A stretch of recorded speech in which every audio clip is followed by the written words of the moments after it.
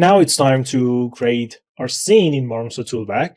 So for that, I need to load the model that I import to Substance Painter. Okay, this is my model. And I just need to come over here and uncheck callback faces and increase the subdivision, for example, to 3. Okay, that's enough. And let's go for the handle. And again, I'm going to increase it to 3.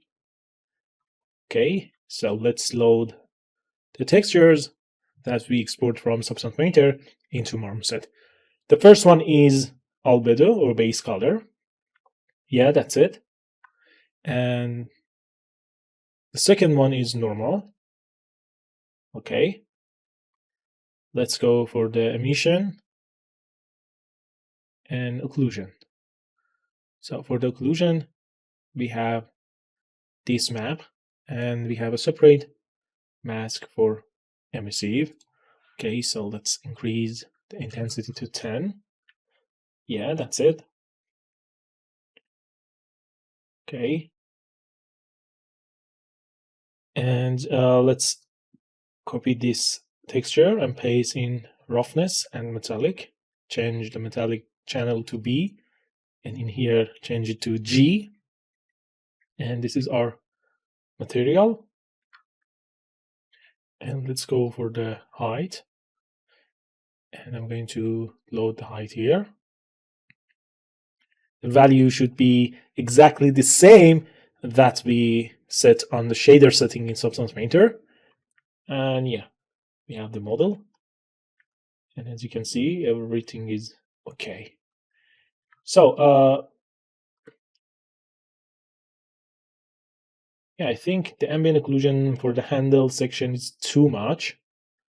Yeah, maybe we can control it with this slider, or even we can use the Substance Painter and change the value related to ambient occlusion, and after that we can export it again, but it's okay for me to change that with the slider. Okay. Yeah, that's it. So let's add a camera. Turn on the save frame, go to the render, and press on ray tracing and advanced light sampling. Okay, that's it. Let's go for the resolution for output.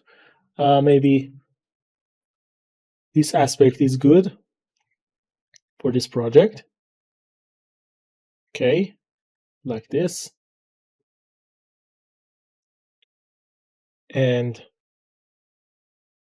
let's increase the sample and change denoise strength. Add camera 1 to the render camera. And okay, let's go for the camera setting. In here, I'm going to make softness to 1 in vignette setting. And let's set 0.2 for strength. Let's increase the bloom and play with the size. Okay, I'm going to increase the sharpen to 1, clarity to 1. Yeah. And let's set negative 0.2 for highlight and positive 0.2 for midtone and positive midtone for shadow. Tune mapping to aces and curve to high contrast. So this is the setting that I'm going to apply for the rendering section. Okay, let's give a little rotation to feel more dynamic for this render. That's it. And let's change the backdrop to color, dark color. Okay. And now I need to change the HDR to something like LA Graffiti. Okay, let's increase the brightness to 3. And let's change the rotation for the HDR. So this is the basic setting that we need to do. Let's go back to the Substance and go to the ambient occlusion channel. As we can see, we have a very dark ambient on the wood. So let's go for the wood base, go to the ambient channel and decrease opacity for this one and this one too. And yeah. Okay. Yeah, everything is okay right now. Let's export it again. We just need to export ambient occlusion. And let's go back to the marmoset. Okay, let's go here. And I need to change the focal length to 60 or maybe 75. Okay, that's good. Yeah, I think this punch or metal part is too big. So let's go back and fix this issue. Let's go to the metal part. And I'm going to change the shape for these little metal parts. Okay. So I think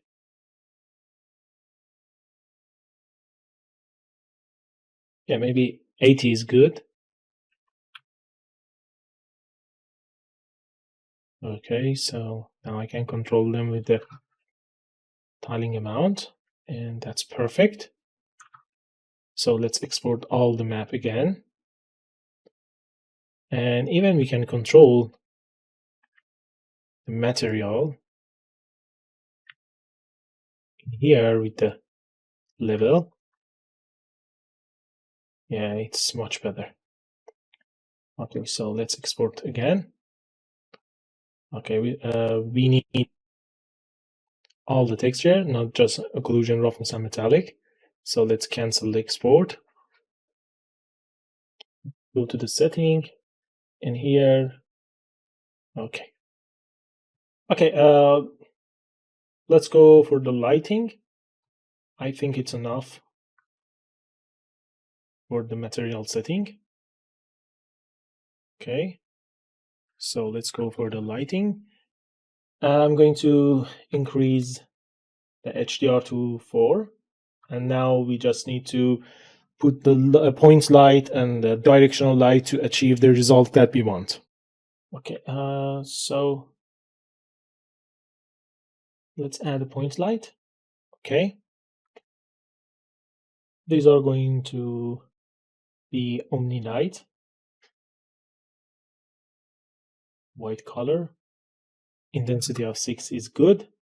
And let's change temperature to something like 3500. And yeah, let's modify the position. Okay, I don't need to have rotation. Yeah. Let's decrease the intensity to something like 5. I think this position is good. Yellow, only 1. And I'm going to duplicate it. Okay, I need to have an edge color light here, but it's too much actually. Yeah, this one is better.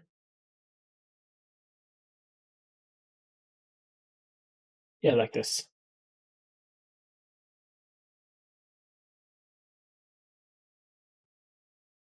Yeah, it's okay. Okay, let's go for another light. Okay, put the 7 and the intensity or brightness. I'm going to use direction. So let's remove the rotation, change the shape to rectangle.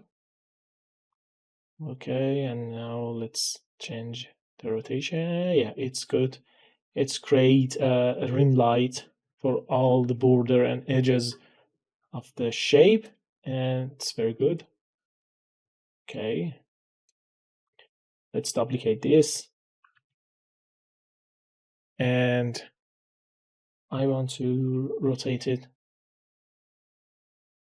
for fill here. Okay, like this. Yeah, but intensity is too much. Let's get 6.5 or something like this. 6.6. Yes. Okay, I need another one, and I want to fill this part. Yeah, like this one. Okay, so these are my white light. These are my warm light or yellowish light. As you can see, maybe for this light I can use 6.8 and rotate it to fill here. Okay, maybe I can go for the 6.3. Yeah, this one is better. And now I need to turn on the skylight.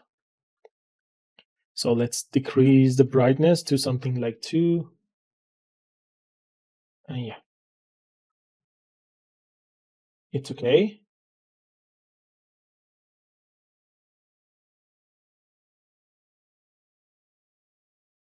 And we are ready to go.